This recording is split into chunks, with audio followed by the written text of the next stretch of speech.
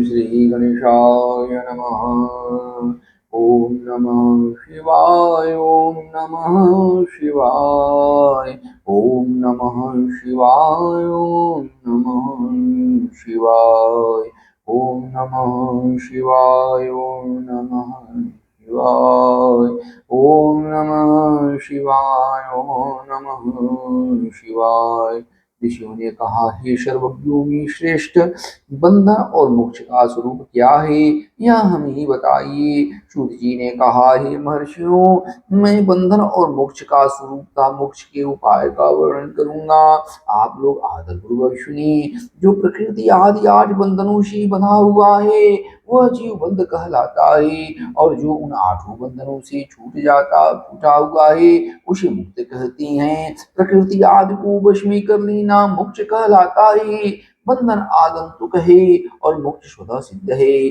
बद्ध जीव जब बंधन से मुक्त हो जाता है तब उसे मुक्त जीव कहते हैं। प्रकृति, बुद्धि, महतत्व, त्रिगुणात्मक अहंकार और 5 तन्मात्राएं, इन्हें ज्ञानी पुरुष प्रकृति आद्यष्टक मानती हैं। प्रकृति आदि 8 तत्वों के समूहों से देह की उत्पत्ति हुई है। देह से कर्म उत्पन्न होता है और फिर कर्म से नूतन देह की उत्पत्ति होती है। इस प्रकार बार बार जन्म और कर्म होते रहते हैं। शरीर को स्थूल, सूक्ष्म और कारण के भेद से 3 प्रकार का जानना चाहिए। स्थूल शरीर जागृत अवस्था में व्यापार कराने वाला, सूक्ष्म शरीर जागृत और स्वप्न अवस्थाओं में इंद्रिय भोग प्रदान करने वाला, तथा कारण शरीर सुषुप्तावस्था में आत्मानंद की अनुभूति कराने वाला। कहा गया है, जीव को उसके प्रारब्ध कर्मानुसार सुख दुख प्राप्त होते हैं। वह अपने पुण्य कर्मों के फल स्वरूप सुख और पाप कर्मों के फल स्वरूप दुख प्राप्त करता है।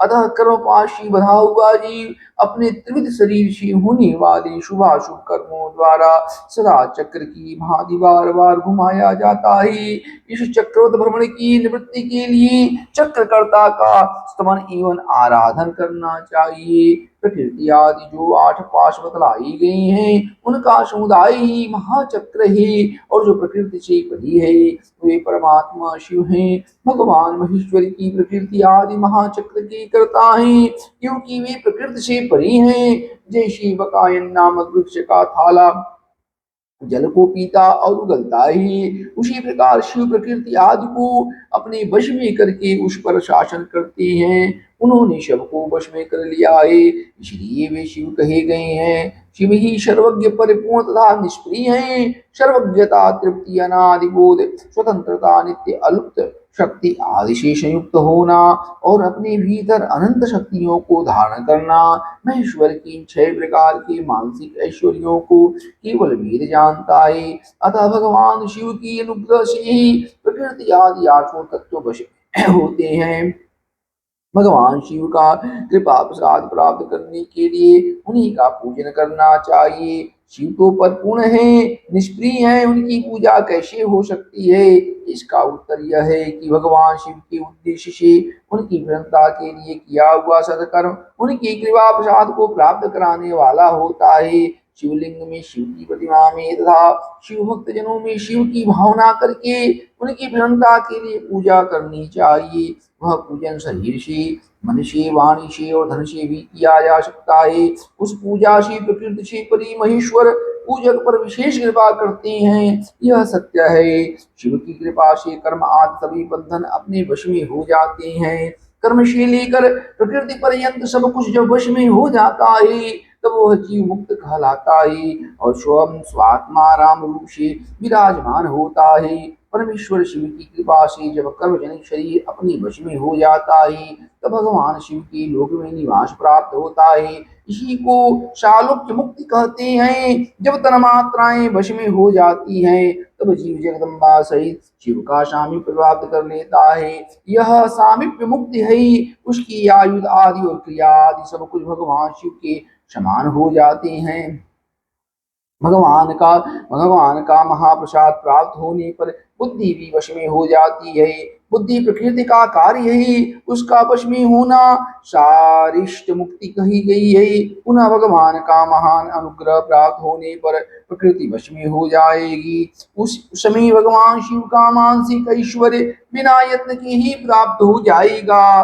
सर्वज्ञता आदि जो शिव की ऐश्वर्य हैं उन्हें पाकर मुक्त पुरुष अपनी आत्मा में ही विराजमान होता है। वेद और शास्त्रों में विश्वास रखने वाले विद्वान पुरुष इसी को सायुज्य मुक्ति कहते हैं। इस प्रकार लिंग आदि में शिव की पूजा करने से क्रमशः मुक्ति स्वतः प्राप्त हो जाती है। इसलिए शिव का कृपा प्रसाद प्राप्त करने के लिए तत्संबंधी क्रिया आदि के द्वारा उन्हीं का पूजन करना चाहिए। शिव क्रिया, शिव तप, शिव मंत्र जप, शिव ज्ञान और शिव ध्यान के लिए सदा उत्तरोत्तर अभ्यास बढ़ाना चाहिए। प्रतिदिन प्रातः काल से रात को सोते समय तक और जन्म काल से लेकर मृत्यु पर्यंत सारा समय भगवान शिव के चिंतन में ही बिताना चाहिए। सज्जो जाता जंतुओं तथा नाना प्रकार के पुष्पों से जो शिव की पूजा करता है वह शिव को ही प्राप्त होता है। ऋषियों ने कहा, हे सुब्रत, अब आप लिंग आदि में शिव जी की पूजा का विधान बताइए। सूत जी ने कहा, हे द्विजों, मैं लिंगों की क्रम का यथावत वर्णन कर रहा हूँ, आप लोग सुनिए। वह प्रण ही समस्त अविष्ट वस्तुओं को देने वाला प्रथम लिंग है। उसे सूक्ष्म प्रण रूप समझिए। सूक्ष्म लिंग निष्कल होता है और स्थूल शकल पंचाक्षर मंत्र को ही स्थूल लिंग कहते हैं। उन दोनों प्रकार के लिंगों का पूजन तप कहलाता है। वे दोनों ही लिंग साक्षात मोक्ष देने वाले हैं। पौरुष लिंग और प्राकृतिक लिंग के रूप में बहुत से लिंग हैं। उन्हें भगवान शिव ही विस्तार पूर्वक बता सकते हैं, दूसरा कोई नहीं जानता। पृथ्वी के विकार भूत जो लिंग ज्ञात हैं उनको मैं आप लोगों को बता रहा हूँ। उनमें प्रथम स्वयंभू लिंग, दूसरा बिंदु लिंग, तीसरा प्रतिष्ठित लिंग, चौथा चरलिंग और पांचवा गुरुलिंग है। देवर्षियों की तपस्या से संतुष्ट होकर उनके समय प्रकट होने के लिए पृथ्वी के अंतर्गत बीज रूप से व्याप्त हुए भगवान शिव वृक्षों के अंकुर की भांति भूमि को भेद कर नादलिंग रूप में व्याप्त हो जाते हैं। वे स्वतः व्यक्त हुए शिव की स्वयं प्रकट होने के कारण स्वयंभू नाम धारण करते हैं। ज्ञानी जन उन्हें स्वयंभू लिंग के रूप में जानते हैं। उस स्वयंभू लिंग की पूजा से उपासक का ज्ञान स्वयं ही बढ़ने लगता है। सोने चांदी आदि के पत्र पर, भूमि पर अथवा वीणी पर अपने हाथ से लिखित जो शुद्ध प्रण मंत्र रूप लिंग है उसमें तथा यंत्र लिंग का आलेखन करके उसमें भगवान शिव की प्रतिष्ठा और आवाहन करें। ऐसा बिंदुना नादमय लिंग स्थावर और जंगम दोनों ही प्रकार का होता है। इसमें शिव का दर्शन भावनामय ही है, इसमें संदेह नहीं है। जिसको जहाँ भगवान शंकर के प्रकट होने का विश्वास हो उसके लिए वहीं प्रकट होकर वे अभिष्ट फल प्रदान करते हैं। अपने हाथ से लिखे हुए यंत्र में अथवा अकृत्रिम स्थावर आदि में भगवान शिव का आवाहन करके 16 उपचारों से उनकी पूजा करें। ऐसा करने से साधक स्वयं ही ऐश्वर्य को प्राप्त कर लेता है और इस साधन की अभ्यास से उसको ज्ञान भी प्राप्त हो जाता है। देवताओं और ऋषियों में आत्मसिद्धि के लिए अपने हाथ से वैदिक मंत्रों के उच्चारण पूर्वक शुद्ध मंडल में शुद्ध भावना द्वारा जिस उत्तम शिवलिंग की स्थापना की है उसे पौरुष लिंग कहते हैं तथा वही प्रतिष्ठित लिंग कहलाता है। उस लिंग की पूजा करने से सदा पौरुष ऐश्वर्य की प्राप्ति होती है। महान ब्राह्मणों और महाधनी राजाओं द्वारा किसी शिल्पी से शिवलिंग का निर्माण कराकर मंत्र पूर्वक जिस लिंग की स्थापना तथा प्रतिष्ठा की गई हो वह प्राकृतिक लिंग है। वह शिवलिंग प्राकृतिक ऐश्वर्य भोग को देने वाला होता है। जो शक्तिशाली और नित्य होता है उसे पौरुष लिंग कहते हैं और जो दुर्बल तथा अनित्य होता है वह प्राकृतिक लिंग कहलाता है। लिंग, नाभ, जिह्वा, नासिकाग्र भाग और शिखा के क्रम से कट, हृदय और मस्तक तीनों स्थानों में जो लिंग की भावना की गई है उस आध्यात्मिक लिंग को ही चरलिंग कहते हैं। पर्वतों को पौरुष लिंग बताया गया है और भूतल को विद्वान पुरुष प्राकृतिक लिंग मानते हैं। वृक्ष आदि को पौरुष लिंग जानना चाहिए।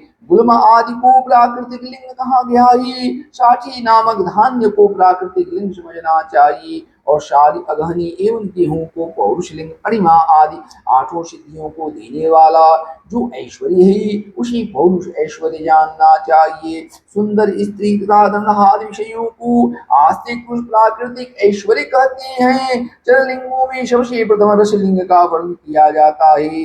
रसलिंग ब्राह्मणों को उनकी सारी अभिष्ट वस्तुओं को देने वाला है। शुभ कारक बाणलिंग क्षत्रियों को महान राज्य की प्राप्ति कराने वाला है। सुवर्णलिंग वैश्यों को महाधनपति का पद प्रदान करने वाला है तथा सुंदर शिलालिंग शुद्धियों को महाशुद्धि देने वाला है। स्फटिक लिंग तथा बाणलिंग सब लोगों को उनकी समस्त कामनाएं प्रदान करती हैं। अपना न होने तो दूसरे का स्फटिक या बाणलिंग भी पूजा के लिए निषिद्ध नहीं है। स्त्रियों विशेषतः सधवाओं के लिए पार्थिव लिंग की पूजा का विधान है। प्रवृत्ति मार्ग में स्थित विधवाओं के लिए स्फटिक लिंग की पूजा बताई गई है, परंतु विरक्त विधवाओं के लिए रसलिंग की पूजा को ही श्रेष्ठ कहा गया है।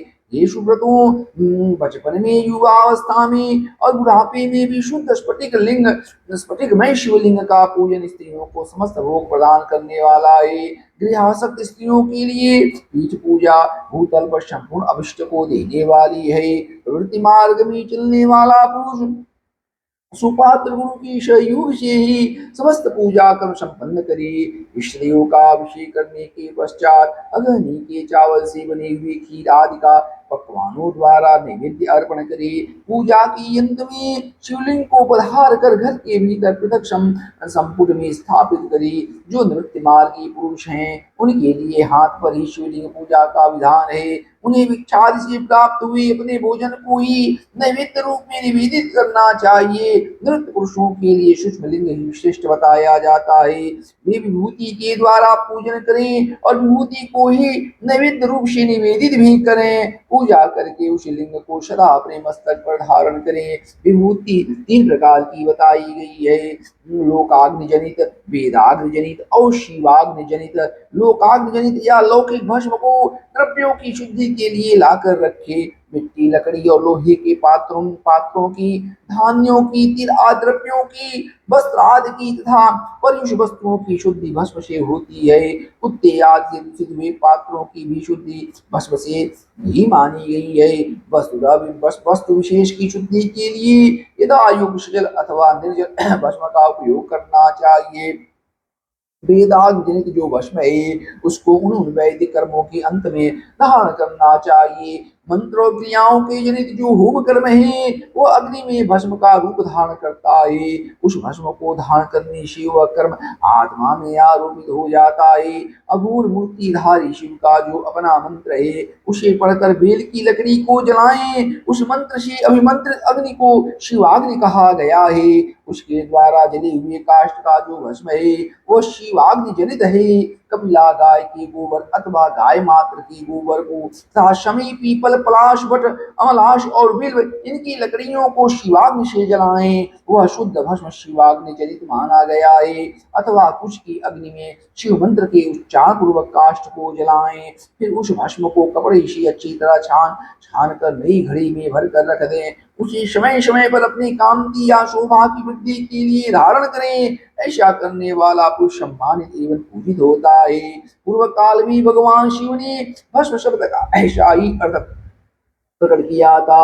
जैसे राजा अपने राज्य में सारभूत कर को ग्रहण करता है, जैसे मनुष्य सदस्य आदि को जलाकर पकाकर उसका सार ग्रहण करते हैं, जैसे जठरा, नल, नाना प्रकार के भक्ष्य भोज्य आदि पदार्थों को भारी मात्रा में ग्रहण करके उसे जलाकर सारतत्व वस्तु ग्रहण करता और उस सारतत्व वस्तु से स्वदेह का पोषण करता है। उसी प्रकार प्रपंच करता परमेश्वर शिव ने भी अपने में आधी रूप से विद्यमान प्रपंच को जलाकर भस्म रूप से उसके सार तत्व को ग्रहण किया है। प्रपंच को दग्ध करके शिव ने उसके भस्म को अपने शरीर में लगाया है। उन्होंने विभूति भस्म पोतने के बहाने जगत के सार को ही ग्रहण किया है। शिव ने अपने शरीर में अपने लिए रत्न स्वरूप भस्म को इस प्रकार स्थापित किया है।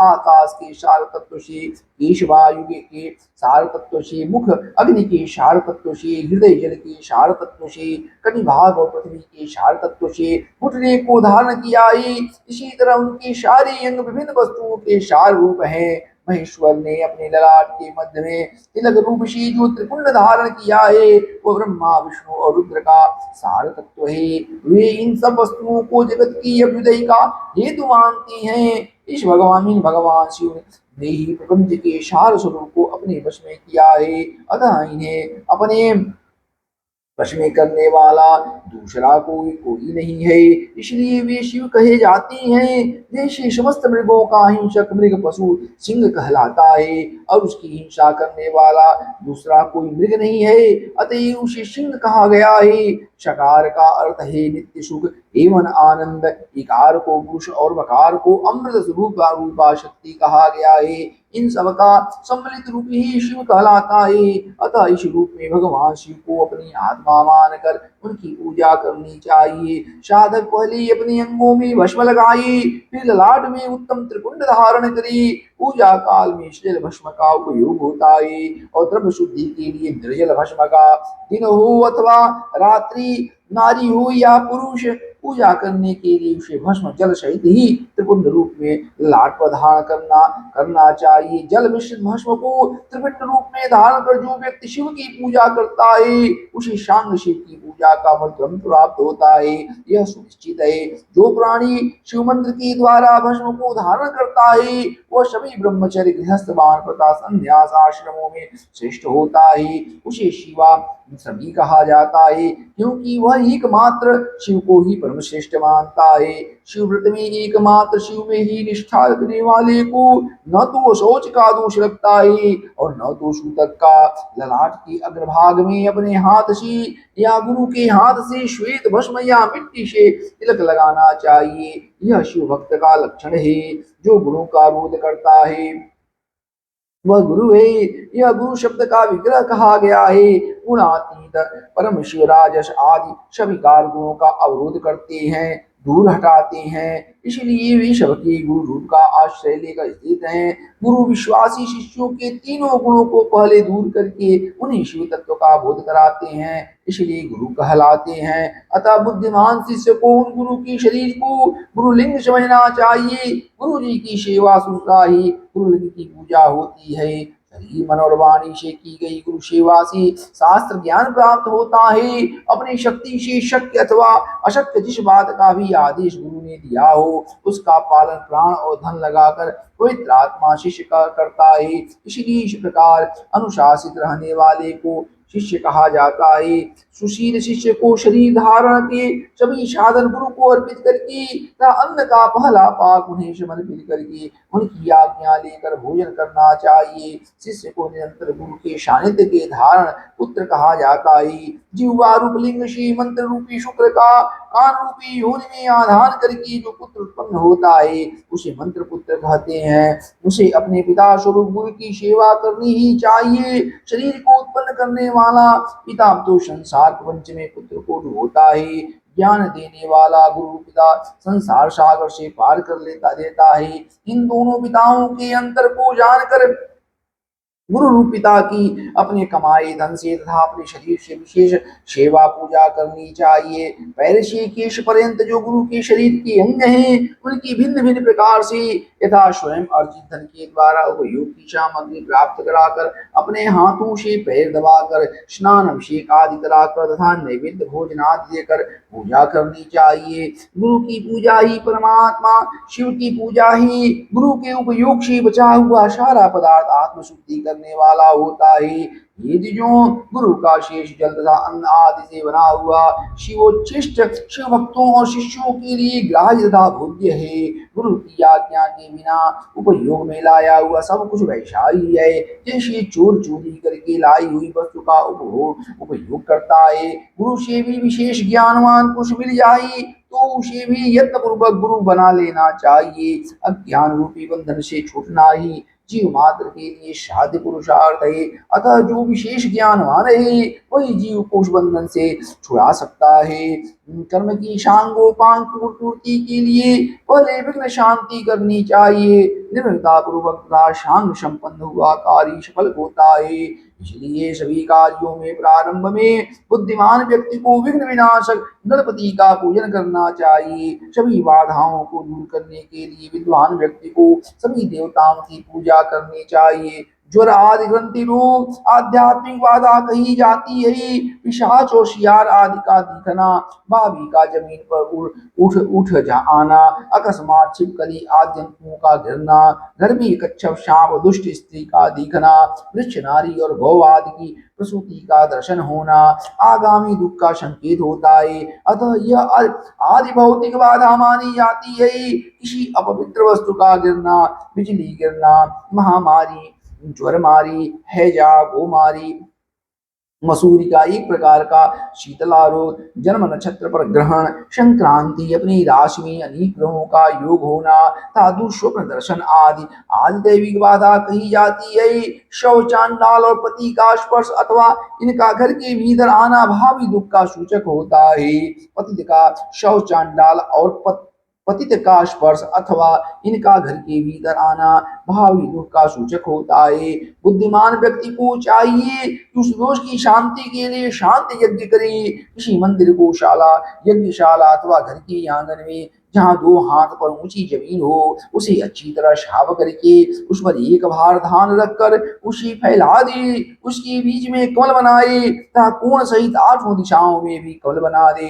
फिर प्रधान कलश में सूत्र बांधकर तागुल की धूप दिखाकर उसे बीच में दिशाओं में बनाई गई कमलों पर अन्य 8 कलश स्थापित कर दे।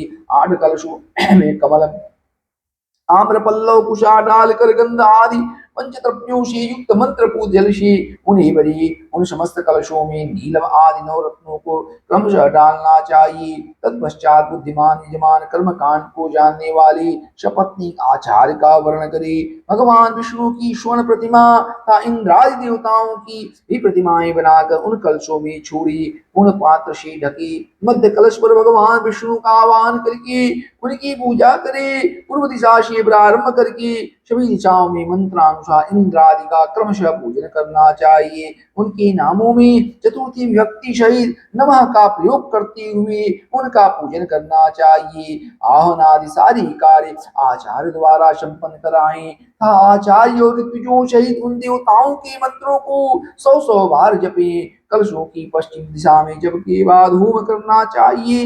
ये विद्वजनों, वह जप होम करोड़ लाख हजार अथवा 108 की संख्या में हो सकता है। इस विधि से एक दिन, 9 दिन अथवा 40 दिनों में देश काल की व्यवस्था के अनुसार शांति यज्ञ उचित रूप में संपन्न करे। शांति के लिए शमिता, वृत्ति को रोजगार के लिए पलाश की शमिता से, अन्न घृत तथा सुगंधित द्रव्यों से उन देवताओं के नाम अथवा मंत्रों से हवन करना चाहिए। प्रारंभ में जिस द्रव्य का उपयोग किया हो अंत तक उसी का प्रयोग करते रहना चाहिए। अंतिम दिन पुण्यावाचन कराकर कलशों के जल से प्रोक्षण करना चाहिए। तत्पश्चात आहुति की संख्या के बराबर ब्राह्मणों को भोजन कराए। हे विद्वानों, आचार्य और ऋतुजों को हविष्य का भोजन कराना चाहिए। सूर्य आदि 9 ग्रहों का होम के अंत में पूजन करना चाहिए। ऋतुजों को क्रमणानुसार 9 रत्नों की दक्षिणा देनी चाहिए। तत्पश्चात दान करिए और उसके बाद भूषी दान करना चाहिए। बालक, यज्ञोपवीति, गृहस्थी, गृहस्थाश्रमी और वानप्रस्थियों को धन का दान करना चाहिए। तत्पश्चात कन्या, सर्वा और विधवा स्त्रियों को देने के अनंतर बची हुई तथा यज्ञ में बची हुई सारी सामग्री आचार्य को समर्पित कर देनी चाहिए। उत्पाद, महामारी और दुखों के स्वामी यमराज माने जाते हैं। इसलिए यमराज की प्रसन्नता के लिए काल प्रतिमा का दान करना चाहिए। 100 निष्कल या 10 निष्कल के परिमाण की पाश और अंकुश धारण की हुई पुरुष के आकार की स्वर्ण प्रतिमा बनाए। उस स्वर्ण प्रतिमा का दक्षिणा सहित दान करना चाहिए। उसके बाद पूर्ण आयु प्राप्त करने के हेतु तिल का दान करना चाहिए। रोग निवारण के लिए घृत में अपनी परछाई देखकर दान करना कराना चाहिए, 1000 ब्राह्मणों को भोजन कराना चाहिए, धनाभाव में 100 अथवा यथाशक्ति ब्राह्मणों को भोजन कराना चाहिए। भूत आदि की शांति के लिए भैरव की महापूजा करे, अंत में भगवान शिव का महाअभिषेक और नैवेद्य समर्पित करके ब्राह्मणों को भूरि भोजन कराना चाहिए। इस प्रकार यज्ञ संपन्न करने से दोषों की शांति हो जाती है। इस शांति यज्ञ का प्रतिवर्ष फाल्गुन मास में आयोजन करना चाहिए। अशुभ दर्शन होने पर तुरंत अथवा 1 महीने के भीतर यज्ञ का आयोजन करना चाहिए। महापाप हो जाए तो भैरव की पूजा करनी चाहिए। महाव्याधि हो जाए तो यज्ञ का पुनः संकल्प लेकर उसे संपन्न करना चाहिए। अकिंचन दरिद्र व्यक्ति तो केवल दीप दान कर दे, उतना भी न हो सके तो स्नान करके कुछ दान कर दे। 108, 1000, 10,000, 1,00,000 या 1 करोड़ मंत्रों से भगवान सूर्य को नमस्कार करे। इस नमस्कारात्मक यज्ञ से सभी देवता प्रसन्न हो जाते हैं। भगवान शिव की इस प्रकार प्रार्थना करे, मेरी बुद्धि आपके ज्योतिर्मय पूर्ण स्वरूप में लगी है, उसमें तो अहंता थी, वह आपके दर्शन से नष्ट हो गई है। मैं अपनी देह से आपको प्रणाम करता हूँ। हे प्रभु, आप महान हैं, आप पूर्ण हैं और मेरा स्वरूप भी आप ही हैं, तो भी इस समय मैं आपका दास हूँ। इस प्रकार यथारोग्य योग्य नमस्कार पूर्वक स्वात्म यज्ञ करना चाहिए। तत्पश्चात भगवान शिव को नैवेद्य देकर तांबूल समर्पित करना चाहिए। तब स्वयं 108 बार शिव की प्रदक्षिणा करनी चाहिए। 1000, 10,000, 1,00,000 या 1 करोड़ प्रदक्षिणा दूसरों के द्वारा कराई जा सकती है। शिव की प्रदक्षिणा से सारे पापों का तत्क्षण नाश हो जाता है। दुख का मूल व्याधि है और व्याधि का मूल पाप में होता है। धर्माचरण से ही पापों का नाश बताया गया है। भगवान शिव के उद्देश्य से किया गया धर्माचरण पापों का नाश करने में समर्थ होता है। शिव के धर्मों में प्रदक्षिणा को प्रधान कहा गया है। क्रिया से जप रूप होकर प्रण ही प्रदक्षिणा बन जाता है। जन्म और मरण का द्वंद्व ही माया चक्र कहा गया है। शिव का माया चक्र ही बलिपीठ कहलाता है। बलिपीठ से आरंभ करके प्रदक्षिणा के क्रम से एक पैर के पीछे दूसरा पैर रखते हुए बलिपीठ में पुनः प्रवेश करना चाहिए। तत्पश्चात नमस्कार करना चाहिए। इसे प्रदक्षिणा कहा जाता है। बलिपीठ से बाहर निकलना, जन्म प्राप्त होना और नमस्कार करना ही आत्मसमर्पण है। जन्म और मरण रूप द्वंद्व भगवान शिव की माया से प्राप्त है। जो इन दोनों को शिव की माया को ही अर्पित कर देता है, वो अपने शरीर के बंधन में नहीं पड़ता। जब तक शरीर रहता है तब तक जो क्रिया के ही अधीन है वह जीव बद्ध कहलाता है। स्थूल, सूक्ष्म और कारण तीनों शरीरों को वश में कर लेने पर जीव का मोक्ष हो जाता है। ऐसा ज्ञानी पुरुषों का कथन है। माया चक्र के निर्माता भगवान शिव ही परम कारण है। वे अपनी माया के दिए हुए द्वंद्व का स्वयं ही परिमार्जन करते हैं। अतः शिव के द्वारा कल्पित हुआ द्वंद्व उन्हीं को समर्पित कर देना चाहिए। हे विद्वानों, प्रदक्षिणा और नमस्कार शिव को अति प्रिय है, ऐसा जानना चाहिए। भगवान शिव की प्रदक्षिणा, नमस्कार और षोडशोपचार पूजन अत्यंत फलदायी होता है। ऐसा कोई पाप इस पृथ्वी पर नहीं है जो शिव प्रदक्षिणा से नष्ट न हो सके। इसलिए प्रदक्षिणा का आश्रय लेकर सभी पापों का नाश कर लेना चाहिए। जो शिव की पूजा में तत्पर हो वह मौन रहे, सत्य आदि गुणों से संयुक्त हो तथा क्रिया जप तप ज्ञान और ध्यान में से एक एक का अनुष्ठान करता रहे।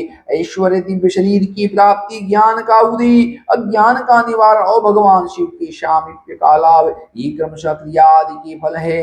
निष्काम कर्म करने से अज्ञान का निवारण हो जाने के कारण शिव भक्त पुरुष उससे यथोक्त फल को पाता है। शिव भक्त पुरुष देश काल शरीर और धन के अनुसार यथा युक्त क्रिया आदि का अनुष्ठान करे। न्यायोपार्जित उत्तम धन से निर्वाह करते हुए विद्वान पुरुष शिव के स्थान में निवास करे। जीव हिंसा याद से रहित और अत्यंत क्लेश शून्य जीवन बिताए हुए पंचाक्षर मंत्र के जब से अभिमंत्रित अन्न और जल को सुख स्वरूप माना गया है। अथवा यह भी कहते हैं कि दरिद्र पुरुष के लिए वृक्षा से प्राप्त हुआ अन्न ज्ञान देने वाला होता है। शिव भक्त को वृक्षान्न प्राप्त हो तो वह शिव भक्ति को बढ़ाने वाला होता है। शिव योगी पुरुष वृक्षान्न को शंभु सत्र कहते हैं। जिस किसी भी उपाय से जहाँ कहीं भी भूतल पर शुद्ध अन्न का भोजन करते हुए सदा मौन भावशील रही और अपने साधन का रहस्य किसी पर प्रकट न करे, भक्तों के समक्ष ही शिव के महात्मा को प्रकाशित करी। शिव मंत्र के रहस्य को भगवान शिव ही जानते हैं, दूसरा कोई नहीं जान पाता। शिव भक्त को सदा शिवलिंग की आश्रित होकर वास करना चाहिए। हे ब्राह्मणों, शिवलिंगाश्रय के प्रभाव से वह भक्त भी शिव रूप ही हो जाता है। चरलिंग की पूजा करने से वह क्रमशः अवश्य ही मुक्त हो जाता है। महर्षि व्यास ने पूर्व काल में जो कहा था वो मैंने जैसा सुना था उस सब साध्य और साधन का संक्षेप में मैंने वर्णन कर दिया। आप सबका कल्याण हो और भगवान शिव में आपकी दृढ़ भक्ति बनी रही। जो मनुष्य इस अध्याय का पाठ करता है अथवा जो इसे सुनता है, हे जनों, वह भगवान शिव की कृपा से शिव ज्ञान को प्राप्त कर लेता है।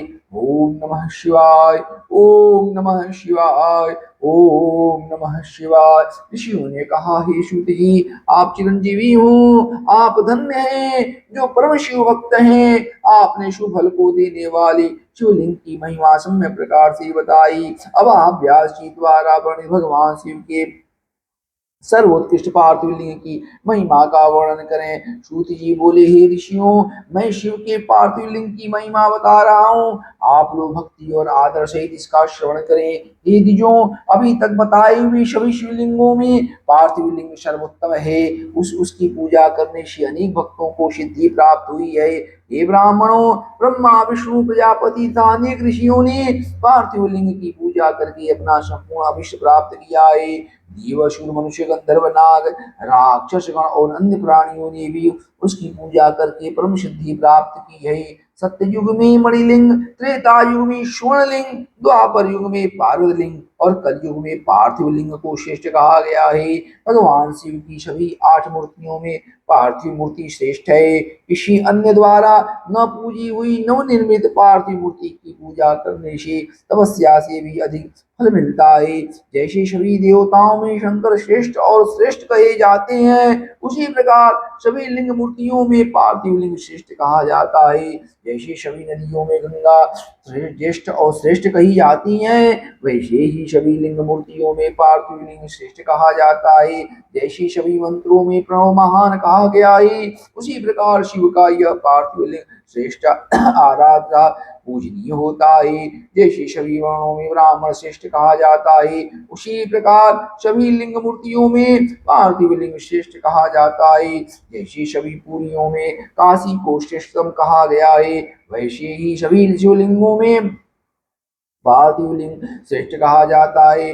जैसे सभी व्रतों में शिवरात्रि का व्रत सर्वोपरि है, उसी प्रकार सभी शिवलिंगों में पार्थिव लिंग सर्वश्रेष्ठ कहा जाता है। जैसे सभी देवियों में शैवी शक्ति प्रधान मानी जाती हैं, उसी प्रकार सभी शिवलिंगों में पार्थिव लिंग प्रधान माना जाता है।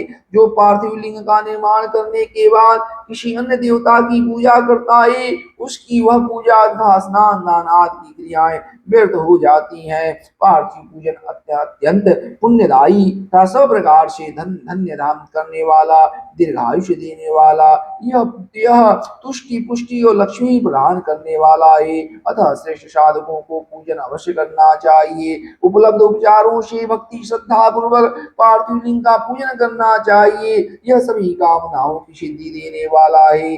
जो सुंदर वेदी सहित पार्थिव लिंग का निर्माण करके उसकी पूजा करता है, वह इस लोक में धन धान से संपन्न होकर अंत में रुद्र लोक को प्राप्त करता है। जो पार्थिव लिंग का निर्माण करके बिल पत्रों से 11 वर्ष तक उसका त्रिकाल पूजन करता है, उसके पुण्य फल को सुनिए। वह अपने इसी शरीर से रुद्र लोक में प्रतिष्ठा प्राप्त करता है। उसकी दर्शन और स्पर्श से मनुष्यों के सभी पाप नष्ट हो जाते हैं। वह जीवन मुक्त ज्ञानी और शिव रूप है, इसमें संशय नहीं है। उसके दर्शन मात्र से भोग और मोक्ष की प्राप्ति होती है।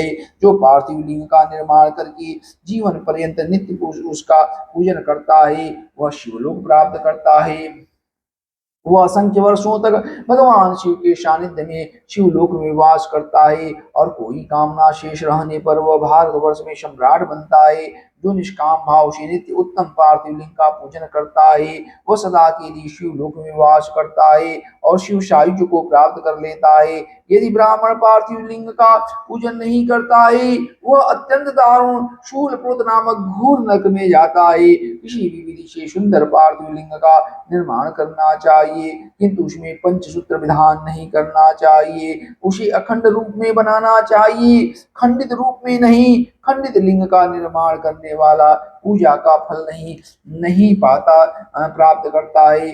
मणिलिंग, स्वर्णलिंग, भारत लिंग, स्फटिक लिंग, पुष्पराज लिंग और पार्थिव लिंग को अखंड ही बनाना चाहिए। अखंड लिंग चरलिंग होता है और दो खंड वाला अचर लिंग कहा गया है। इस प्रकार चर और अचर लिंग का यह खंड अखंड विधान कहा गया है। स्थावर लिंग में वेदिका भगवती महाविद्या का रूप है और लिंग भगवान महेश्वर का स्वरूप है। इसलिए स्थावर अचर लिंगों में वेदिका युक्त द्विखंड लिंग ही श्रेष्ठ माना गया है। द्विखंड वेदिका युक्त स्थावर लिंग का विधान पूर्वक निर्माण करना चाहिए। शिव सिद्धांत के जानने वालों ने अखंड लिंग को जंगम चर लिंग माना है। अज्ञानतावश ही कुछ लोग चरलिंग को दो खंडों में वेदिका और लिंग बना लेते हैं। शास्त्रों को जानने वाले सिद्धांत मर्मज्ञ मुनिजन ऐसा नहीं करते। जो मूढ़जन अचरलिंग को अखंड तथा चरलिंग को द्विखंड रूप में बनाते हैं उन्हें शिव पूजा का फल नहीं प्राप्त होता। इसलिए अत्यंत प्रसन्नता पूर्वक शास्त्रोक्त विधि से चरलिंग को अखंड तथा अचरलिंग को द्विखंड बनाना चाहिए। अखंड चरलिंग में की गई पूजा से संपूर्ण फल की प्राप्ति होती है। द्विखंड चरलिंग की पूजा महान अनिष्ट कर कहीं गई है। उसी प्रकार अखंड अचर लिंग की पूजा से कामना सिद्ध नहीं होती है, उससे तो अनिष्ट प्राप्त होता है। ऐसा शास्त्र विद्वानों ने कहा है। ओम नमः शिवाय, ओम नमः शिवाय, ओम नमः शिवाय। सूति जी ने कहा, ही महर्षियों, अब मैं वैदिक कर्म के प्रति श्रद्धा भक्ति रखने वाले लोगों के लिए वेदोक्त मार्ग से ही पार्थिव पूजा की पद्धति का वर्णन करता हूँ। यह पूजा भोग और मोक्ष दोनों को देने वाली है। हिंदक सूत्रों में बताई हुई विधि के अनुसार स्नान और संध्योपासना करके करके पहले ब्रह्म यज्ञ करें, तत्पश्चात देवताओं, ऋषियों, शनकादि मनुष्यों और पितरों का तर्पण करें। मनुष्यों को चाहिए कि अपनी रुचि के अनुसार संपूर्ण नित्य कर्मों को पूर्ण करके शिव स्मरण पूर्वक भस्म रुद्राक्ष धारण करे। तत्पश्चात संपूर्ण मनोवांछित फल की सिद्धि के लिए ऊंची भक्ति भावना के साथ उत्तम पार्थिव लिंग की वेदोक्त विधि से भली भांति पूजन करें। नदी या तालाब के किनारे, पर्वत पर, वन में, शिवालय में अथवा किसी पवित्र स्थान में पार्थिव पूजा करने का विधान है।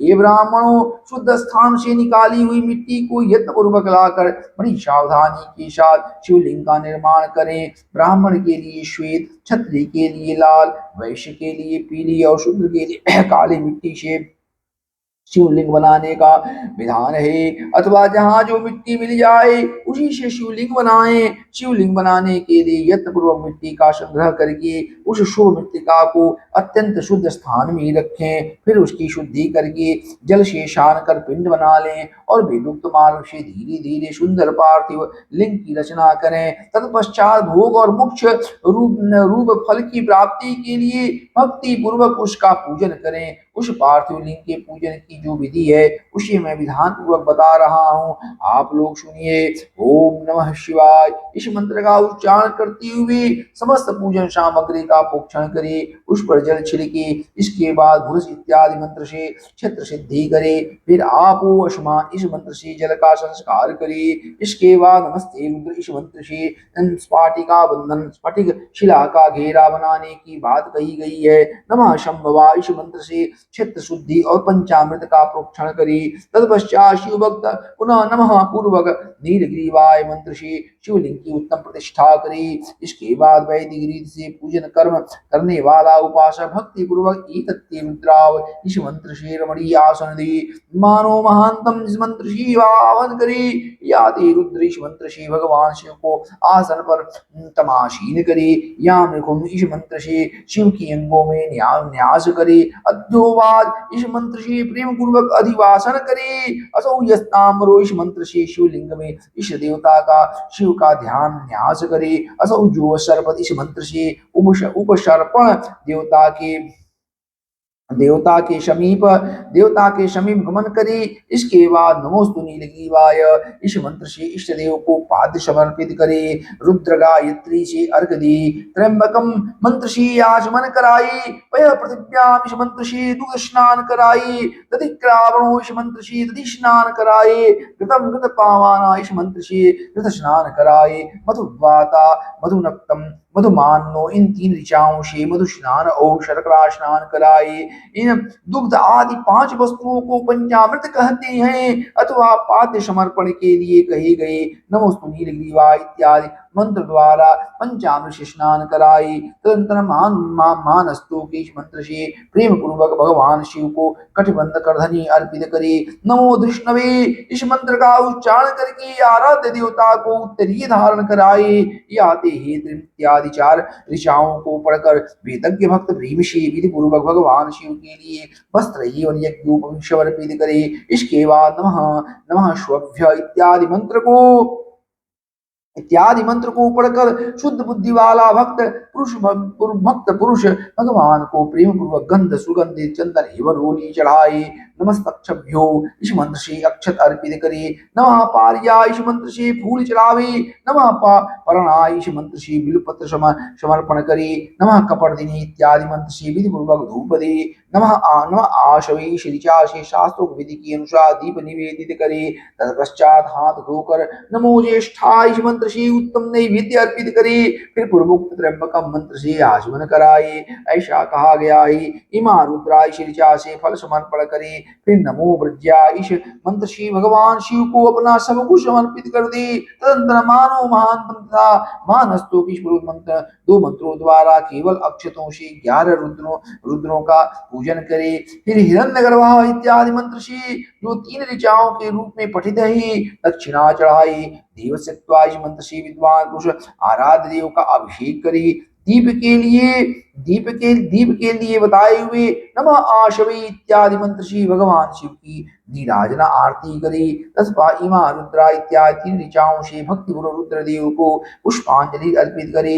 मानो महांत इस मंत्र से विद्य उपासक पूजनीय देवताओं की परिक्रमा करे। फिर उत्तम बुद्धि वाला उपासक मानस्तु के इस मंत्र से भगवान को साष्टांग प्रणाम करे। एक रुद्र इस मंत्र से शिव मुद्रा का प्रदर्शन करे। जतो जतः इस मंत्र से अभय नामक मुद्रा का। त्र्यंबकम मंत्र से ज्ञान नामक मुद्रा का। नमः सेनाभ्य इत्यादि मंत्र से महामुद्रा का प्रदर्शन करे। नमो गोभ्य इस ऋचा द्वारा धीर मुद्रा दिखाए। इस तरह 5 मुद्राओं का प्रदर्शन करके शिव संबंधी मंत्रों का जप करे अथवा वेदज्ञ पुरुष शतरुद्रीय मंत्र की आवृत्ति करे। तत्पश्चात वेदज्ञ पुरुष पंचांग पाठ करे। तदनंतर देवागात इत्यादि मंत्र से भगवान शंकर का विसर्जन करे। इस प्रकार शिव पूजा की वैदिक विधि का विस्तार से प्रतिपादन किया गया है। हे महर्षियों, अब मैं संक्षेप में पार्थिव पूजन की वैदिक विधि को सुने। सद्योजातम इस ऋचा से पार्थिव लिंग बनाने के लिए मिट्टी ले आए। वामदेवा इस मंत्र पढ़कर उसमें जल डाले। जब मिट्टी छनकर तैयार हो जाए अघोरेभ्यो इस मंत्र से लिंग निर्माण करे। फिर तत्पुरुषा इस मंत्र से उसमें भगवान शिव का विधिवत आवाहन करे। तदनंतर ईशान मंत्र से भगवान शिव को वेदी पर स्थापित करे। इनके सिवा अन्य सब विधानों को भी शुद्ध बुद्धि वाला उपास संक्षेप से ही संपन्न करे। इसके बाद विद्वान पुरुष पंचाक्षर मंत्र से अथवा गुरु के द्वारा दिए हुए अन्य किसी शिव संबंधी मंत्र से 16 उपचारों द्वारा विधिपूर्वक पूजन करे। अथवा भवाय भवनाशाय महादेवाय धीमहि उग्राय उग्रनाशाय शर्वाय शशिमौलिने इस मंत्र द्वारा विद्वान उपासक भगवान शंकर की पूजा करे। वह ब्रह्म जो छोड़कर उत्तम भक्ति से शिव की आराधना करे, क्योंकि भगवान शिव भक्ति के ही मनोवांछित फल देते हैं। हे ब्राह्मणों, यह जो वैदिक विधि से पूजन का क्रम बताया गया है, इसका पूर्ण रूप से आदर करता हुआ मैं पूजा की एक दूसरी विधि भी बता रहा हूँ, जो उत्तम होने के साथ ही सर्वसाधारण के लिए उपयोगी होती है। हे मुनिवरों, पार्थिव लिंग की पूजा भगवान शिव के नामों से बताई गई है। वह पूजा संपूर्ण अभिष्टों को देने वाली है।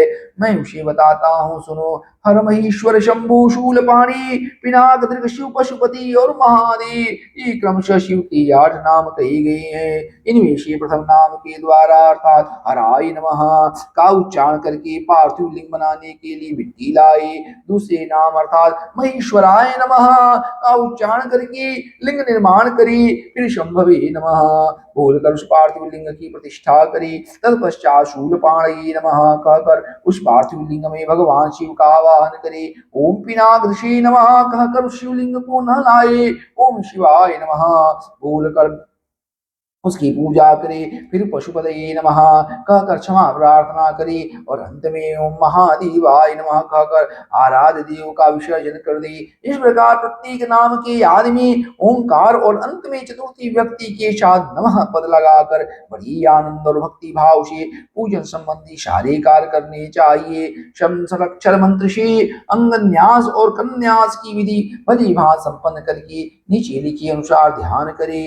कैलाश पर्वत पर एक सुंदर सिंहासन के मध्य भाग में विराजमान सनक सनंदन आदि भक्तों से पूजित, भक्तों के दुख रूप दावानल को नष्ट कर देने वाले अप्रमेय उमा के साथ समासीन तथा विश्व के भूषण स्वरूप भगवान शिव का चिंतन करना चाहिए। भगवान महेश्वर का प्रतिदिन इस प्रकार ध्यान करे। उनकी अंग कांति चांदी के पर्वत की भांति गौर है। वे अपने मस्तक पर मनोहर चंद्रमा का मुकुट धारण करते हैं। रत्नों के आभूषण धारण करने से उनका श्रीअंग और भी उद्भासित हो उठा है। उनके 4 हाथों में क्रमशः परशु मृग मुद्रा पर एवं अभय मुद्रा सुशोभित है। वे सदा प्रसन्न रहते हैं, कमल के आसन में बैठे हुए हैं। देवता लोग चारों ओर खड़ी होकर उनकी स्तुति कर रहे हैं। उन्होंने वस्त्रों के रूप में व्याघ्र चर्म धारण कर रखा है। वे इस विश्व के आदि हैं, बीज कारण रूप हैं, सबका समस्त भय हर लेने वाले हैं। उनकी 5 मुख हैं और प्रत्येक मुखमंडल में 3-3 नेत्र हैं। इस प्रकार ध्यान करके तथा उत्तम पार्थिव लिंग का पूजन करके गुरु के दिए हुए पंचाक्षर मंत्र का विधि पूर्वक जप करे। ये भी प्रवरों विद्वान पुरुषों को चाहिए कि वह देवीश्वर शिव को प्रणाम करते हुए नाना प्रकार की स्तुतियों द्वारा उनका स्मरण करे। रुद्री यजुर्वेद 16वें अध्याय के मंत्रों का पाठ करे। तत्पश्चात अंजलि में अक्षत और फूल लेकर उत्तम भक्ति भाव से निम्नांकित मंत्रों को पढ़ते हुए प्रेम और प्रसन्नता के साथ भगवान शंकर से इस प्रकार प्रार्थना करे। सबको सुख देने वाले ही कृपा निधान, हे भूतनाथ, हे शिव, मैं आपका हूँ। आपके गुणों में ही मेरे प्राण बसते हैं अथवा आपके गुण ही मेरे प्राण है। मेरे जीवन सर्वस्व है। मेरा चित्त सदा आपके ही चिंतन में लगा हुआ है। यह जानकर मुझ पर प्रसन्न हुई, कृपा कीजिए हे शंकर। मैंने अनजाने में अथवा जानबूझकर यदि कभी आपका जप और पूजन आदि किया हो तो आपकी कृपा से वह सफल हो जाए। हे गौरीनाथ, मैं इस समय महान पापी हूँ और आपका सदा सदा सदा से ही परम महान पतित पावन है। हे मैं हो जाए। हे गौरीनाथ, मैं इस समय महान पापी हूँ और आप सदा से ही परम महान पतित पावन हैं। इस बात का विचार करके आप जैसा चाहें वैसा करें। हे महादेव, हे सदाशिव, वेदों पुराणों नाना प्रकार के शास्त्रीय सिद्धांतों और विभिन्न महर्षियों ने भी अब तक आपको पूर्ण रूप से नहीं जाना है, तो फिर मैं कैसे जान सकता हूँ। हे महेश्वर, मैं जैसा हूँ वैसा ही उसी रूप में संपूर्ण भाव से आपका हूँ, आपके आश्रित हूँ, इसलिए आपसे रक्षा पाने के योग्य हूँ। हे परमेश्वर, आप मुझ पर प्रसन्न होइए। हे मुनि, इस प्रकार प्रार्थना करके हाथ में ली हुई अक्षत और पुष्प को भगवान शिव के ऊपर चढ़ाकर उन शंभु देव को भक्ति भाव से विधिपूर्वक साष्टांग प्रणाम करें। तदनंतर शुद्ध बुद्धि वाला उपासक शास्त्रोक्त विधि से इष्ट देव की परिक्रमा करे, श्रद्धा पूर्वक स्तुतियों द्वारा देवी शिव की स्तुति करे। इसके बाद गला बजाकर गणेशी अव्यक्त शब्द का उच्चारण करके पवित्र एवं विनीत चित्त वाला साधक भगवान को प्रणाम करे, फिर आदर पूर्वक विज्ञप्ति करे और उसके बाद विसर्जन करे। हे मुनिवरों, इस प्रकार विधि पूर्वक पार्थिव पूजा बताई गई, जो भोग और मोक्ष देने वाली तथा भगवान शिव के प्रति भक्ति भाव को बढ़ाने वाली है। जो मनुष्य इस अध्याय का शुद्ध चित्त से पाठ अथवा श्रवण करता है, वह सभी पापों से मुक्त होकर सभी कामनाओं को प्राप्त करता है। यह युद्ध उत्तम कथा दीर्घायुष, आरोग्य, यश, स्वर्ग, पुत्र, पौत्र आदि सभी सुखों को प्रदान करने वाली है। ओम नमः शिवाय, ओम नमः शिवाय, ओम नमः शिवाय, ओम नमः शिवाय, ओम नमः शिवाय, ओम नमः शिवाय, ओम नमः शिवाय। ऋषियों ने कहा, हे व्यास सूत जी, हे महाभाग, आपको नमस्कार है। हे तात, आपने अच्छी प्रकार से पार्थिव अर्चना की विधि बताई। अब सकाम पूजा में मनोवांछित पदार्थ के अनुसार कितनी संख्या में पार्थिव लिंगों के पूजन की विधि है, हे दीन वत्सल, ही इसे कृपा पूर्वक बताइए। सूत जी ने कहा, हे ऋषियों, आप सब लोग पार्थिव पूजन की विधि का श्रवण करें, जिसका अनुष्ठान करने से मनुष्य कृतकृत हो जाता है। पार्थिव लिंग के पूजन को छोड़कर जो लोग अन्य देवों के जन्म में लगे रहते हैं, उनकी वह पूजा तप तथा दान आदि व्यर्थ हो जाता है। अब मैं कामना के अनुसार पार्थिव लिंगों की संख्या बताता हूँ। हे मुनिश्रेष्ठ, अधिक संख्या में अर्चन तो निश्चय ही फलदायी होता है। प्रथम आवाहन तो प्रतिष्ठा, तदंतर सभी लिंगों का पूजन अथवा अलग करना चाहिए। लिंगों का आकार तो एक समान ही रखना चाहिए। विद्या प्राप्ति की कामना से पुरुष भक्ति पूर्वक 1000 पार्थिव शिवलिंगों का पूजन करे, इससे निश्चय ही उस फल की प्राप्ति हो जाती है। धन चाहने वाले पुरुष को उसके आदि 500, पुत्र चाहने वाले वाले को 1500 और वस्त्रों की आकांक्षा वाले को 500 शिवलिंगों का पूजन करना चाहिए।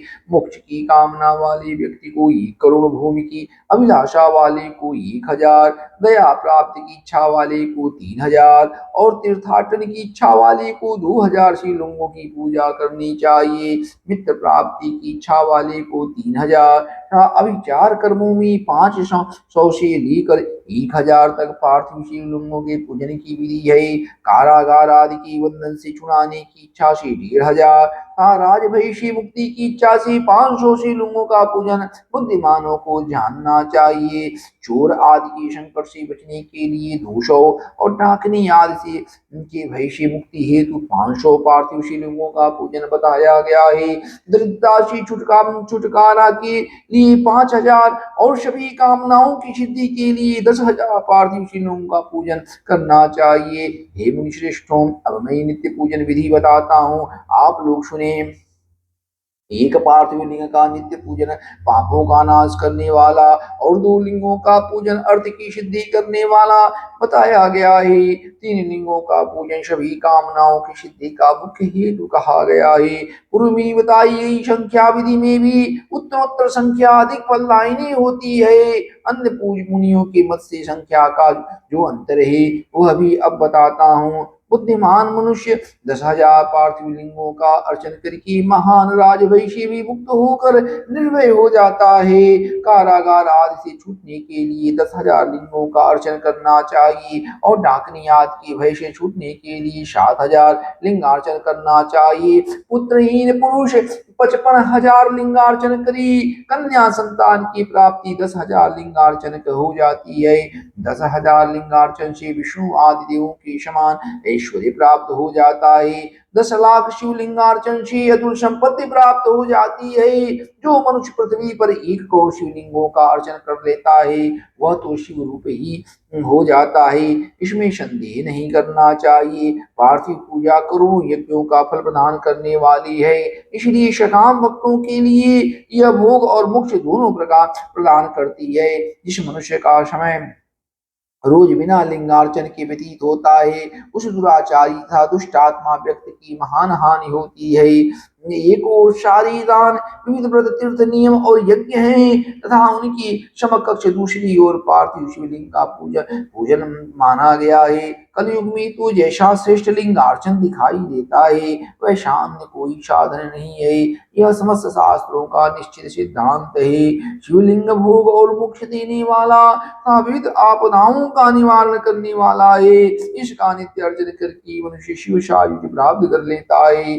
महर्षियों को शिव नाम में इस लिंग की नित्य पूजा करनी चाहिए। यह सभी लिंगों में श्रेष्ठ है अतः विधान पूर्वक इसकी पूजा करनी चाहिए। हे मुनिवरों, परिमाण के अनुसार लिंग तीन प्रकार के कही गई हैं, उत्तम, मध्यम और ऊर्ध्वम। उसे आप लोग सुने, मैं बताता हूँ। जो 4 अंगुल ऊंचा और देखने में सुंदर हो तथा वेदी से युक्त हो, उस शिवलिंग को शास्त्र महर्षियों ने उत्तम कहा है। उससे आधा मध्यम और उससे भी आधा अधम माना गया है। इस तरह 3 प्रकार के शिवलिंग कही गई हैं जो उत्तरोत्तर श्रेष्ठ है। जो भक्ति तथा श्रद्धा से युक्त होकर उनके लिंगों की मन से नित्य पूजा करता है वह मनोवांछित कामनाओं की प्राप्ति कर लेता है। चारों वेदों में लिंगार्चन से बढ़कर कोई पुण्य नहीं है। सभी शास्त्रों का भी यह निर्णय है। विद्वान को चाहिए कि समस्त कर्म प्रपंच का त्याग करके परम भक्ति के साथ एकमात्र शिवलिंग का विधिवत पूजन करे। केवल शिवलिंग की पूजा हो जाने पर समग्र चराचर जगत की पूजा हो जाती है। संसार सागर में डूबे हुए लोगों की तरने का अन्य कोई भी साधन नहीं है। अज्ञान रूपी अंधकार से अंधे हुए तथा विषय वासनाओं में आसक्त चित्त वाले लोगों के लिए इस जगत निभो सागर से पार होने हेतु लिंगार्चन के अतिरिक्त अन्य कोई नौका नहीं है। ब्रह्मा विष्णु आदि देवता मुनिगण यक्ष राक्षस गंधर्व चारण सिद्ध जन दैत्य दानव शीश आदि नाग गरुण आदि पक्षी प्रजापति मनु किन्नर और मानव समस्त अर्थ सिद्धि प्रदान करने वाले शिवलिंग की महान भक्ति के साथ पूजा करके अपने मन में स्थित उन समस्त अभिष्ट कामनाओं को प्राप्त कर चुके हैं। ब्राह्मण क्षत्रिय वैश्य शूद्र अथवा विलोम शंकर कोई भी क्यों न हो, वह अपने अधिकार के अनुसार वैदिक अथवा तांत्रिक मंत्र सदा आदर पूर्वक शिवलिंग की पूजा करे। हे ब्राह्मणों, हे ब्रह्मर्षियों, अधिक कहने से क्या लाभ। शिवलिंग का पूजन करने में स्त्रियों का था अन्य सब लोगों का भी अधिकार है। द्विजों के लिए वैदिक पद्धति से ही शिवलिंग की पूजा श्रेष्ठ है, परंतु अन्य लोगों के लिए वैदिक मार्ग से पूजा करने की सम्मति नहीं है। वेदज्ञ द्विजों को वैदिक मार्ग से ही पूजा करना चाहिए, अन्य मार्ग से नहीं। यह भगवान शिव का कथन है। दधीची गौतम आदि के शाप से जिनका चित्त दग्ध हो गया है, उन द्विजों की वैदिक कर्म में श्रद्धा नहीं होती। जो मनुष्य वेदों तथा स्मृतियों में कही हुई सत्कर्मों की अवहेलना करके दूसरे कर्म को करने लगता है, उसका मन कभी सफल नहीं होता। इस प्रकार विधि पूर्वक भगवान शंकर का नैवेद्यांत पूजन करके उनकी त्रिभुवनमयी 8 मूर्तियों का भी वही पूजन करे। पृथ्वी जल अग्नि वायु आकाश सूर्य चंद्रमा तथा यजमान ये भगवान शंकर की 8 मूर्तियां कही गई हैं। इन मूर्तियों के साथ साथ सर्वभौ रुद्र उग्र भीम ईश्वर महादेव तथा पशुपति इन नामों की भी अर्चना करी। तदनंतर चंदन अक्षत और बिल्व पत्र लेकर वहां ईशान आदि के क्रम से भगवान शिव के परिवार का उत्तम भक्ति भाव से पूजन करे। ईशान नंदी चंड महाकाल भृंगी विष्कंद कर्पदीश्वर सोम तथा शुक्र ये 10 शिव के परिवार है जो क्रमशः ईशान आदि 10 दिशाओं में पूजनीय है। तत्पश्चात भगवान शिव के समक्ष वीरभद्र का और पीछे कीर्तिमुख का पूजन करके विधिपूर्वक 11 रुद्रों की पूजा करी। इसके बाद पंचाक्षर मंत्र का जप करके शतरुद्रिका पाठ तथा नाना प्रकार की स्तुतियां करके शिव पंचांग का पाठ करी। तत्पश्चात परिक्रमा और नमस्कार करके शिवलिंग का विसर्जन करे। इस प्रकार मैंने शिव पूजन की संपूर्ण विधि का आदर पूर्वक वर्णन किया। रात्रि में देव कार्य को सदा उत्तराभिमुख होकर ही करना चाहिए। इसी प्रकार शिव पूजन भी पवित्र भाव से सदा उत्तराभिमुख होकर ही करना उचित है। जहाँ शिवलिंग स्थापित हो उससे पूर्व दिशा का आश्रय लेकर बैठना या खड़ा नहीं होना चाहिए, क्योंकि वह दिशा भगवान शिव की आगे या सामने पड़ती है। इष्ट देव का सामना रोकना ठीक नहीं है। शिवलिंग से उत्तर दिशा में भी न बैठिए, क्योंकि वो उधर भगवान शंकर का वामांग है जिसमें शक्ति स्वरूपा देवी उमा विराजमान है। पूजक को शिवलिंग से पश्चिम दिशा में भी नहीं बैठना चाहिए, क्योंकि वह आराध्य देव का पृष्ठभाग है। पीछे की ओर से पूजा करना उचित नहीं है, अतः अवशिष्ट दक्षिण दिशा की ही ग्राह्य है, उसी का आश्रय लेना चाहिए। तात्पर्य यह है कि शिवलिंग से दक्षिण दिशा में उत्तराभिमुख होकर बैठे और पूजा करे। विद्वान पुरुष को चाहिए कि वह बिना भस्म का त्रिपुंड लगाए, बिना रुद्राक्ष की माला धारण किए तथा बिलपत्र का बिना संग्रह किए भगवान शंकर की पूजा न करे। हे मुनिवरों, शिव पूजन आरंभ करते समय यदि भस्म न मिले तो मिट्टी से ही ललाट में त्रिपुंड अवश्य कर लेना चाहिए। ओम नमः शिवाय, ओम नमः शिवाय, ओम नमः शिवाय। ऋषियों ने कहा, हे महामुनि, हमने पहले सुना है कि भगवान शिव को अर्पित किया गया नैवेद्य अग्राही होता है, अतः नैवेद्य के विषय में निर्णय और बिलपत्र का महात्म भी कहिए। सूत जी ने कहा, हे मुनियों, अब आप सब सावधानी से सुने, मैं प्रेम पूर्वक सब कुछ कह रहा हूँ। आप लोग शिव व्रत धारण करने वाले हैं, अतः आप लोग धन्य हैं। जो शिव का भक्त पवित्र शुद्ध सतव्रती तथा दृढ़ निश्चयी है, उसे शिव नैवेद्य अवश्य ग्रहण करना चाहिए और अग्राही भावना का त्याग कर देना चाहिए। शिव नैवेद्य को देखने मात्र से ही सब पाप दूर हो जाते हैं और शिव का नैवेद्य भक्षण करने से 2 करोड़ पुण्य स्वतः आ जाते हैं। पुण्य स्वतः आ जाते हैं। हजार यज्ञों की बात कौन कहे, अर्बुद यज्ञ करने से भी वह पुण्य प्राप्त नहीं होता है जो शिव नैवेद्य खाने से प्राप्त हो जाता है। शिव का नैवेद्य खाने से तो शिव सायुज्य की प्राप्ति भी हो जाती है। जिस घर में शिव को नैवेद्य लगाया जाता है या अन्यत्र से शिव को समर्पित नैवेद्य प्रसाद रूप में आ जाता है, वह घर पवित्र हो जाता है, वह अन्य को भी पवित्र करने वाला हो जाता है। आई हुई शिव नैवेद्य को प्रसन्नता पूर्वक सिर झुकाकर ग्रहण करके भगवान शिव का स्मरण करते हुए उसे खा लेना चाहिए। आई हुई शिव नैवेद्य को दूसरे समय में ग्रहण करूंगा, ऐसी भावना करके जो मनुष्य ग्रहण करने में विलंब करता है उसे पाप लगता है। जिसमें शिव नैवेद्य ग्रहण करने की इच्छा उत्पन्न नहीं होती वह महान पापी होता है और निश्चित रूप से नरक को जाता है। हृदय में अवस्थित शिवलिंग या चंद्रकांत मणि से बने हुए शिवलिंग अथवा स्वर्ण या चांदी से बनाए गए शिवलिंग को समर्पित किया गया नैवेद्य शिव की दीक्षा लिए भक्तों को खाना ही चाहिए, ऐसा कहा गया है। इतना ही नहीं, शिव दीक्षित भक्त समस्त शिवलिंगों के लिए समर्पित महाप्रसाद रूप शुभ शिव नैवेद्य को खा सकता है। जिन मनुष्यों ने अन्य देवों की दीक्षा ली है और शिव की भक्ति में वे अनुरक्त रहते हैं, उनके लिए शिव नैवेद्य के भक्षण के विषय में निर्णय को प्रेम पूर्वक आप सब सुने। ही ब्राह्मणों, शालग्राम में उत्पन्न शिवलिंग, रसलिंग, पारदलिंग, पाषाणलिंग, रजतलिंग, स्वर्णलिंग, देवों और सिद्ध मुनियों के द्वारा प्रतिष्ठित शिवलिंग, केशर के बने हुए लिंग, स्फटिक लिंग, रत्नलिंग और ज्योतिर्लिंग आदि समस्त शिवलिंगों के लिए सर्व नैवेद्य का भक्षण करना चांद्रायण व्रत के समान फल देने वाला कहा गया है। यदि ब्रह्म हत्या करने वाला भी पवित्र होकर शिव का पवित्र निर्माल्य धारण करता है और उसे खाता है, उसके संपूर्ण पाप शीघ्र ही नष्ट हो जाते हैं। जहाँ चंडाल अधिकार हो, जहाँ चंड का अधिकार हो, वहाँ शिवलिंग के लिए समर्पित नैवेद्य का भक्षण मनुष्यों को नहीं करना चाहिए। जहाँ चंड का अधिकार न हो वहाँ भक्ति पूर्वक भक्षण करना चाहिए। बाणलिंग, लौहलिंग, सिद्धलिंग, स्वयंभूलिंग और अन्य समस्त प्रतिमाओं में चंड का अधिकार नहीं होता है। जो विधि पूर्वक शिवलिंग को स्नान कराकर उस स्नान जल को 3 बार पीता है उसके समस्त पाप शीघ्र ही नष्ट हो जाते हैं। चंड के द्वारा अधिकृत होने के कारण अग्राही शिव नैवेद्य पत्र, पुष्प, फल और जल यह सब सालग्राम शिला के स्पर्श से पवित्र हो जाता है। हे मुनीश्वरों, शिवलिंग के ऊपर जो भी द्रव्य चढ़ाया जाता है वो अग्राही है और जो लिंग के स्पर्श से बाहर है उसे अत्यंत पवित्र जानना चाहिए। हे मुनि श्रेष्ठों, इस प्रकार मैंने शिव नैवेद्य का निर्णय कह दिया। अब आप सब सावधानी से बिलपत्र के महात्म को आदर पूर्वक सुने।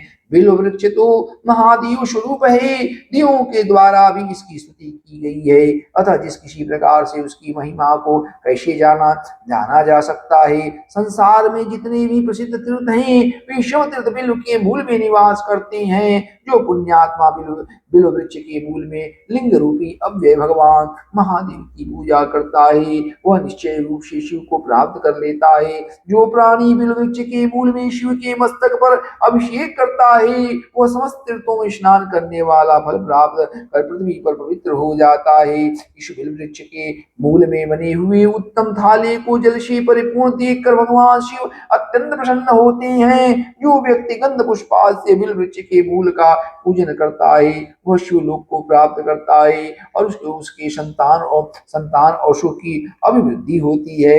जो मनुष्य बिल्व वृक्ष के मूल में आदर पूर्वक दीपमाला का दान करता है वह तत्व ज्ञान से संपन्न होकर महादेव के सानिध्य को प्राप्त हो जाता है। जो बिल्व शाखा को हाथ से पकड़कर उसके 9 पल्लव को ग्रहण करके बिल्व की पूजा करता है वह समस्त पापों से मुक्त हो जाता है। जो पुरुष भक्ति पूर्वक बिल्व वृक्ष के नीचे एक शिव भक्त को भोजन कराता है उसे करोड़ों मनुष्यों की भोजन कराने का पुण्य प्राप्त होता है। जो बिल्व वृक्ष के नीचे दूध और घी से युक्त अन्न शिव भक्तों को प्रदान करता है वो दरिद्र नहीं रह जाता। हे ब्राह्मणों, इस प्रकार मैंने सांगोपांग शिवलिंग के पूजन विधि को कह दिया है। इसमें भी प्रवृत्तों और नृत्यों के लिए 2 भेद हैं। नृत्य मार्गियों के लिए पीठ पूजा इस भूतल पर संपूर्ण अभिष्ट वस्तुओं को देने वाली होती है। प्रवृत्त पुरुषों को चाहिए कि सुपात्र गुरु आदि के द्वारा ही सारी पूजा संपन्न करे। शिवलिंग का अभिषेक करने के पश्चात अग्नि अन्न से नैवेद्य लगाना चाहिए। पूजा के अंत में उस शिवलिंग को किसी शुद्ध फुट डिब्बे में रख देना चाहिए अथवा किसी दूसरे शुद्ध घर में स्थापित कर देना चाहिए। निवृत्त मार्गी उपासकों के लिए हाथ पर ही शिव पूजा का विधान है। उन्हें भिक्षा आदि से प्राप्त अपने भोजन को ही नैवेद्य के रूप में अर्पित करना चाहिए। निवृत्त मार्गियों के लिए परात्पर सूक्ष्म लिंग ही श्रेष्ठ बताया गया है। उन्हें चाहिए कि विभूति से ही पूजा करें और विभूति का ही नैवेद्य शिव को अर्पित करें। पूजा करने के पश्चात उस विभूति स्वरूप लिंग को सिर पर सदा धारण करना चाहिए। ओम नमः शिवाय, ओम नमः शिवाय, ओम नमः शिवाय। ऋषिगण मुनि, हे महाभाग व्यासी से सूत जी, आपको नमस्कार है। अब आप परम उत्तम भस्म महात्मा का विस्तार पूर्वक वर्णन कीजिए। भस्म महात्मा, रुद्राक्ष महात्मा तथा उत्तम नाम महात्मा, इन तीनों का परम प्रसन्नता पूर्वक प्रतिपादन कीजिए और हमारे हृदय को आनंदित कीजिए। सूत जी ने कहा, हे महर्षियों, आप लोगों ने बहुत उत्तम बात पूछी है। यह समस्त लोगों के लिए हितकारक विषय है। आप लोग महाधन्य पवित्र तथा अपने कुल के भूषण स्वरूप है। इस संसार में कल्याणकारी परमदेव स्वरूप भगवान शिव जिनके देवता हैं, ऐसे आप सबके लिए यह शिव की कथा अत्यंत प्रिय है। वे ही धन्य और कृतार्थ हैं। उन्हीं का शरीर धारण करना भी सफल है और उन्होंने ही अपने कुल का उद्धार कर लिया है। जो शिव की उपासना करते हैं, जिनके मुख में भगवान शिव का नाम है, जो अपने मुख से सदा शिव शिव इस नाम का उच्चारण करती रहती हैं, पाप उनका उसी तरह स्पर्श नहीं करते जैसे खतिर वृक्ष के अंगार को छूने का साहस कोई भी प्राणी नहीं कर सकता। हे शिव, आपको नमस्कार है। श्री शिवाय नमस्तुभ्यम। जिस मुख से ऐसा उच्चारण होता है वह मुख समस्त पापों का विनाश करने वाला पावन तीर्थ बन जाता है। जो मनुष्य प्रसन्नता पूर्वक उस मुख का दर्शन करता है उसे निश्चय ही तीर्थ सेवन जैसे फल प्राप्त होता है। हे ब्राह्मणों, शिव का नाम, विभूति, भस्म तथा रुद्राक्ष ये तीनों त्रिवेणी के समान परम पुण्य वाले माने गए हैं। जहाँ ये तीनों शुभतर वस्तुएं सर्वदा रहती हैं, उसके दर्शन मात्र से मनुष्य त्रिवेणी स्नान का फल पा लेता है। जिसके शरीर पर भस्म, रुद्राक्ष और मुख में शिव नाम ये तीनों नित्य विद्यमान रहते हैं, उसका पाप विनाशक दर्शन संसार में दुर्लभ है। उस पुण्यात्मा का दर्शन त्रिवेणी के समान ही है।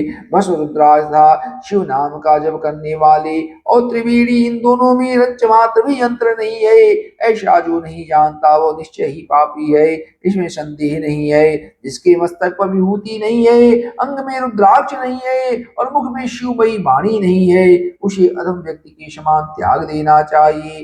भगवान शिव का नाम गंगा है, विभूति यमुना मानी गई है तथा रुद्राक्ष को सरस्वती कहा गया है। इन तीनों की संयुक्त त्रिवेणी समस्त पापों का नाश करने वाली है। बहुत बहुत पहले की बात है, हितकारी ब्रह्मा ने जिसके शरीर में उक्त ये तीनों त्रिपुंड रुद्राक्ष शिवना संयुक्त रूप से विद्यमान थे, उनके फल को तुला के पलड़े में एक रख कर त्रिवेणी में स्नान करने से उत्पन्न फल को दूसरी ओर के पल्ले में रखा और तुलना की तो तीनों बराबर ही उतरे। अतः विद्वानों को चाहिए कि इन तीनों को सदा अपने शरीर पर धारण करे। उसी दिन से ब्रह्मा विष्णु आदि देव भी दर्शन मात्र से पापों को नष्ट कर देने वाले इन तीनों रुद्राक्ष विभूति और शिव नाम को धारण करने लगे। ऋषियों ने कहा, हे सुब्रत, भस्म रुद्राक्ष और शिव नाम इन तीनों को धारण करने से इस प्रकार उत्पन्न होने वाले फल का वर्णन तो आपने कह दिया, किंतु अब आप विशेष रूप से उनके महात्मा का वर्णन करें। सूत जी ने कहा, ज्ञानियों में श्रेष्ठ हे महाप्राज्ञ, हे शिव भक्त ऋषियों और विप्रों, आप सब सदभक्ति तथा आदर पूर्वक उक्त भस्म रुद्राक्ष और शिव नाम इन तीनों का महात्मा सुने। शास्त्रों पुराणों और श्रुतियों में भी इनका महात्मा अत्यंत गूढ़ कहा गया है। हे विप्रों, आप सबके स्नेहवश इस समय मैं उन रहस्यों को खोलकर प्रकाशित करने जा रहा हूँ। हे श्रेष्ठ ब्राह्मणों, इन तीनों की महिमा को सद विलक्षण भगवान महेश्वर के बिना दूसरा कौन भली भांति जान सकता है। इस ब्रह्मांड में जो कुछ है वह सब तो केवल महेश्वर ही जानते हैं। हे विप्रगण, मैं अपनी श्रद्धा भक्ति के अनुसार संक्षेप से भगवान नाम की महिमा का कुछ वर्णन करता हूँ। आप लोग प्रेमपूर्वक उसे सुने। यह नाम महात्मा समस्त पापों को हर लेने वाला सर्वोत्तम साधन है। शिव इस नाम रूपी दावानल से महान पातक रूपी पर्वत अनायास ही भस्म हो जाता है। यह सत्य है, सत्य है, इसमें संशय नहीं है।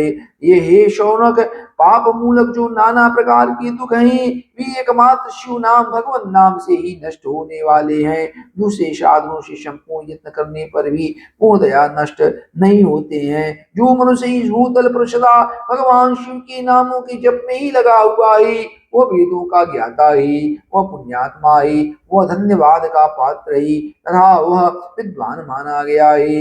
हे मुनि, जिनका शिव नाम जप में विश्वास है उनके द्वारा आचरित नाना प्रकार के धर्म तत्काल फल लेने के लिए उत्सुक हो जाते हैं। हे महर्षि, भगवान शिव के नाम से जितने पाप नष्ट होते हैं उतने पापों शिश भूतल पर कर ही नहीं सकता। हे मुनि, ब्रह्म हत्या जैसे पापों की समस्त अपरिमित राशियां शिव नाम लेने से शीघ्र ही नष्ट हो जाती हैं। जो शिव नाम रूपी नौका पर आरूढ़ होकर संसार समुद्र को पार करते हैं उनके जन्म मरण रूप संसार के मूलभूत भी सारे पाप निश्चय ही नष्ट हो जाते हैं।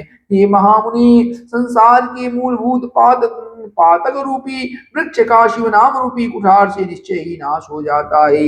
जो पाप रूपी दावानल से पीड़ित हैं उन्हें शिव नाम रूपी अमृत का पान करना चाहिए। पापों के दावानल से दग्ध होने वाले लोगों को उस शिव नाम अमृत के बिना शांति नहीं मिल सकती। जो शिव नाम रूपी सुधा की वृष्टि जनित धारा में गोते लगा रही हैं वे संसार रूपी दावानल के बीच में खड़े होने पर भी कदापि शोक के भागी नहीं होते हैं। जिन महात्माओं के मन में शिव नाम के प्रति बड़ी भारी भक्ति है ऐसे लोगों की सहसा और सर्वदा मुक्ति होती है।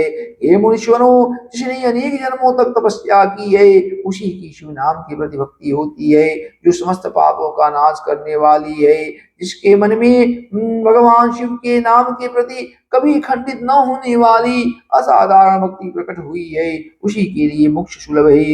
यह मेरा मत है। जो अनेक पाप करके भी भगवान शिव के नाम जप में आदर पूर्वक लग गया है वह समस्त पापों से मुक्त हो ही जाता है, इसमें संशय नहीं है। जैसे वन में दावानल से दग्ध हुए वृक्ष भस्म हो जाते हैं उसी प्रकार शिव नाम रूपी दावानल से दग्ध होकर उस समय तक के सारे पाप भस्म हो जाते हैं। हे शौनक, जिसकी अंग नित्य भस्म लगाने से पवित्र हो गए हैं तथा जो शिव नाम जप का आदर करने लगा है वह घोर संसार सागर को भी पार कर ही लेता है। ब्राह्मणों का धनहरण और अनेक ब्राह्मणों की हत्या करके भी जो आदर पूर्वक शिव के नाम का जप करता है वह पापों से लिप्त नहीं होता अर्थात उसे किसी भी प्रकार का पाप नहीं लगता। संपूर्ण वेदों का अवलोकन करके पूर्ववर्ती महर्षियों ने यही निश्चय किया है कि भगवान शिव के नाम का जब संसार सागर को पार करने के लिए सर्वोत्तम उपाय है।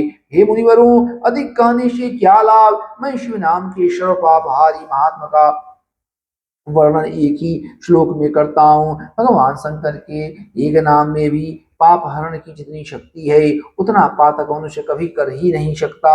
हे मुनि, पूर्व काल में महापापी राजा इंद्रदुम्न ने शिव नाम के प्रभाव से ही उत्तम सदगति प्राप्त की थी। इसी तरह कोई ब्राह्मण युवती भी जो बहुत पाप कर चुकी थी, शिव नाम के प्रभाव से ही उत्तम गति को प्राप्त हुई। हे विश्वरों, इस प्रकार मैंने आप लोगों से भगवान नाम के उत्तम महात्मा का वर्णन किया। अब आप लोग भस्म का महात्मा सुनिए, जो समस्त पावन वस्तुओं को भी पवित्र करने वाला है। ओम नमः शिवाय, ओम नमः शिवाय, ओम नमः शिवाय।